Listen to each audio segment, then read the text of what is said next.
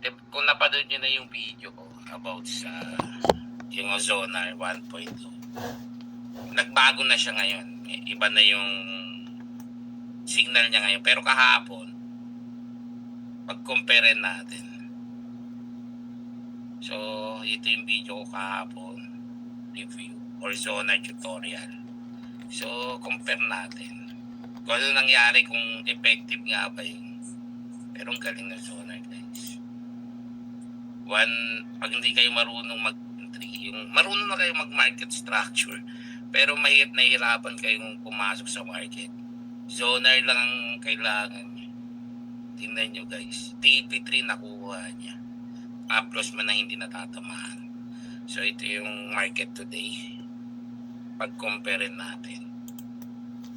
So, tingnan nyo, guys. Pag-compare lang natin.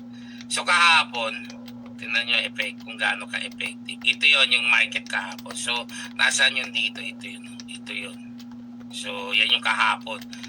Sabi ni Zonar, di ba sinabi ko dun sa review ko, sinabi ko na mag-pending order na kayo. Kung nag-pending order kayo, tinamaan yung pending order, guys. Tingnan nyo, zoom in natin. Ayan. Tingnan nyo to. Tinamaan yung pending order ko dito. May pending order dito, guys. Ito yun eh. Ito yun. So, ito yung another lock. Tapos dito, may pending order banda dito sa area na to. So, tinamaan ba niya? Yes, tinamaan niya. So, kung nag-pending order kayo using yung Zonar signal, nakuha nyo yung TP3. So, yung TP3 ko, TP1, TP2, tapos may TP3. Kung titignan nyo, sobrang lagpas po. Ngayon, yung bagong signal ngayon, pababa na, hindi na siya paakyat. Kung kahapon, yung 1 hour chart natin, kung naabangan nyo yun, kunyari, hindi kayong nakatulad ko kasi medyo tamad ako magbantay ng chart talaga. And every time na mag-entry ako, nagpe-pending lang ako. Halos lahat ng entry ko talaga, mga pending orders.